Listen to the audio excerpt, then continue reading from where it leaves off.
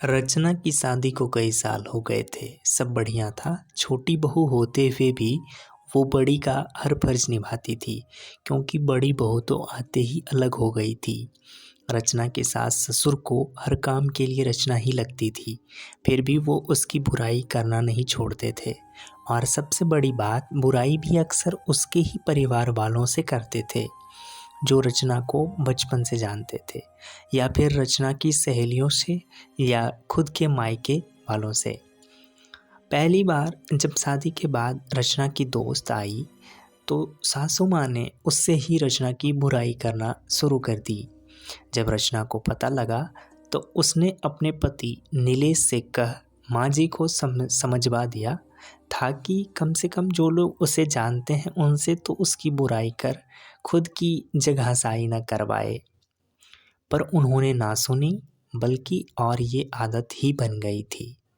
आजकल तो अक्सर ये कहती कि रचना तुम पहले ये काम अच्छा करती थी, अब नहीं करती हो, फिर भले ही वो कोई भी काम हो। रचना की बुआ उसके ससुराल आई थी, तब सासू माँ की किटी पार्टी भी थी। वो बुआ को भी साथ ले गई और आदत ना सबके सामने ही रचना की बुराई करने लगी। कहने लगी, रचना पहले सब अच्छा करती थी, पर अब कोई काम ठीक से नहीं करती।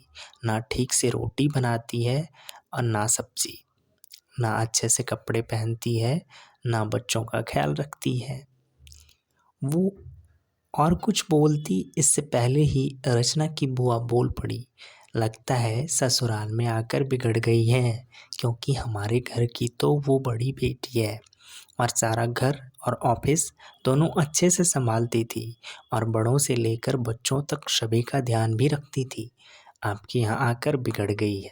ऐसा कीजिए, महीने 2 महीने जमाई सा के साथ उसे मायके भेज दीजिए, हम सुधार कर भेज देंगे। अब रचना की सासू माँ का मुंह देखने लायक था।